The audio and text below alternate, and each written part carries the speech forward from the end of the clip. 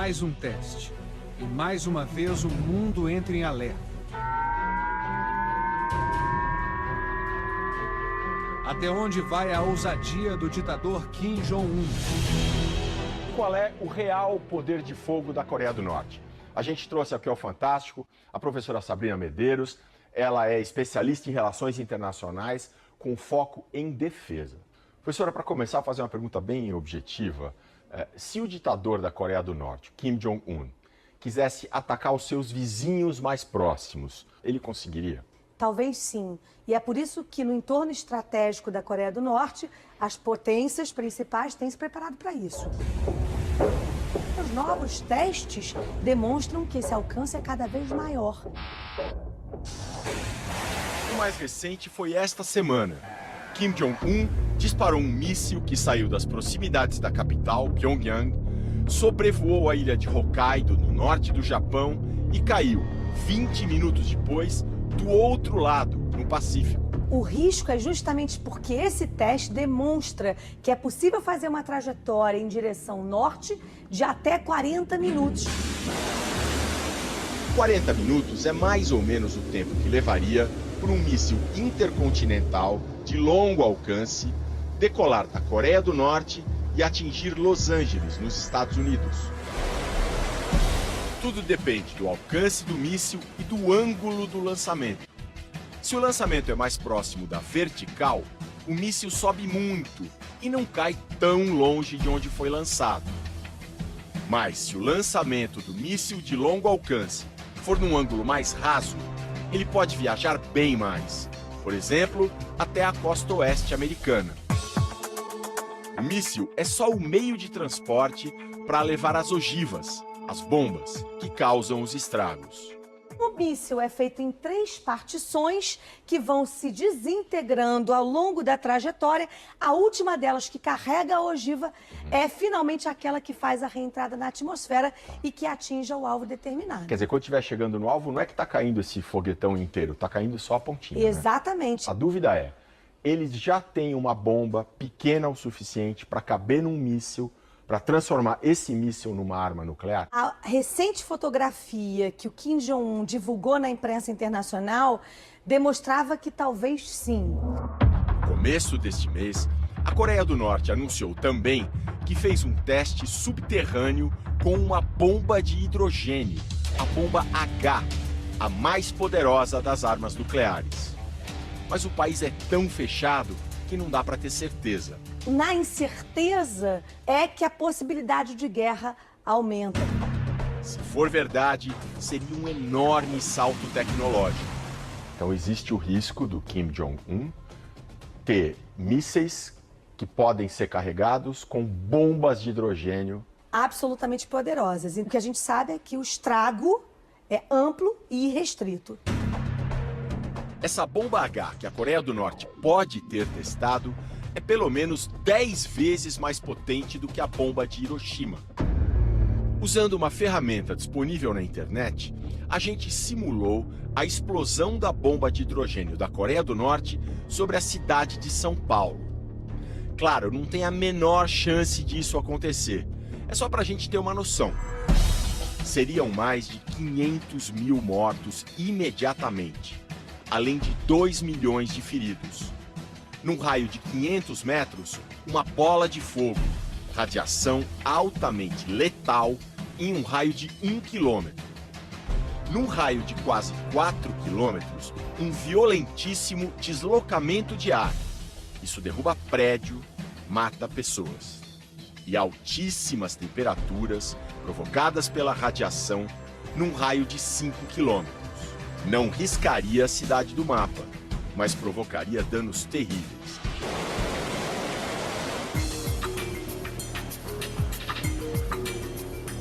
As bombas atômicas são as armas mais letais do ditador Kim Jong-un, mas o arsenal dele ainda tem muito mais itens. Uma característica da Coreia do Norte é que é um país altamente militarizado. A gente está vendo armas químicas e armas biológicas. A Coreia do Norte pode atacar outros países com esse tipo de arma? Pode sim, é possível que eles também causem danos expressivos. Diante de todo esse poderio militar da Coreia do Norte, o que o mundo pode fazer. De Nova York, o repórter Jorge Pontual discute quais são as alternativas para lidar com a Coreia do Norte. Aqui na ONU, a comunidade internacional permanece unida para pressionar o regime comunista e obrigá-lo a recuar. Mas e se isso não der certo, o que pode acontecer? O Fantástico ouviu Scott Snyder, do Conselho de Relações Exteriores em Washington, e Gordon Chang, autor do livro O Desafio Nuclear da Coreia do Norte, sobre o risco de uma guerra atômica. A Coreia do Norte é um estado guerrilheiro que está fora do sistema internacional desde que surgiu, lembrou Snyder. É uma situação que vem da Guerra da Coreia, em 1950, quando o Conselho de Segurança da ONU aprovou o ataque dos Estados Unidos à Coreia do Norte, que havia invadido a Coreia do Sul e capturado a capital, Seul. A guerra foi suspensa por uma trégua 3 anos depois. A Coreia do Norte ficou sob influência da então União Soviética e da China, e a Coreia do Sul ligada aos Estados Unidos. Nunca foi assinado um acordo de paz. Desde então, o regime norte-coreano mantém a população em mobilização permanente, sob o pretexto de que a guerra pode recomeçar a qualquer momento. Segundo Scott Snyder, os norte-coreanos sempre se consideraram fora do sistema internacional, o que deu a eles muita flexibilidade para usar opções diferentes e, ao mesmo tempo, fez com que fosse muito difícil controlá-los. Gordon Chang acredita que a China, que na Guerra da Coreia lutou contra os americanos e continua a ser o aliado mais próximo da Coreia do Norte, está por trás do surpreendente arsenal de Kim Jong-un.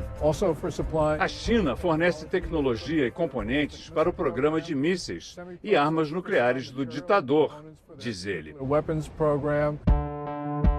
Para o escritor, se os Estados Unidos impusessem sanções contra os bancos chineses por financiarem a Coreia do Norte, seria possível desarmar o regime de Kim Jong-un. Pequim tem o poder de influenciar as autoridades norte-coreanas contra Kim Jong-un, diz Chang. E aí, ele não conseguiria mais governar o país.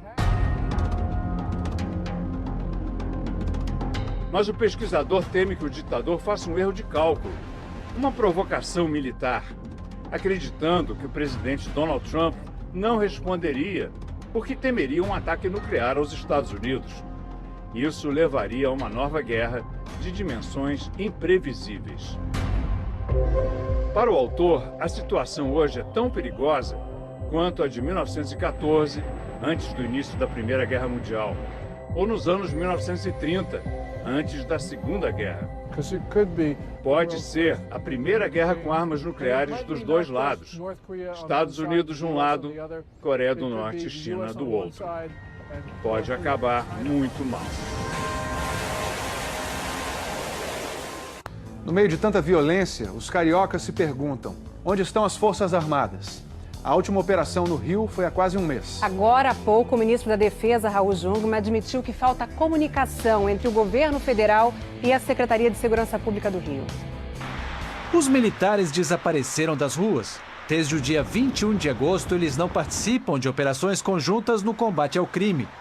Até agora foram 3 ações com as Forças Armadas. Em nenhuma delas foram capturados chefes do tráfico ou apreendidos fuzis. A tropa também não participou de uma operação realizada ontem pela PM no Morro do Juramento, na Zona Norte. Na sexta-feira, 7 traficantes morreram num confronto pelo controle do morro, segundo a polícia. Uma moradora foi baleada.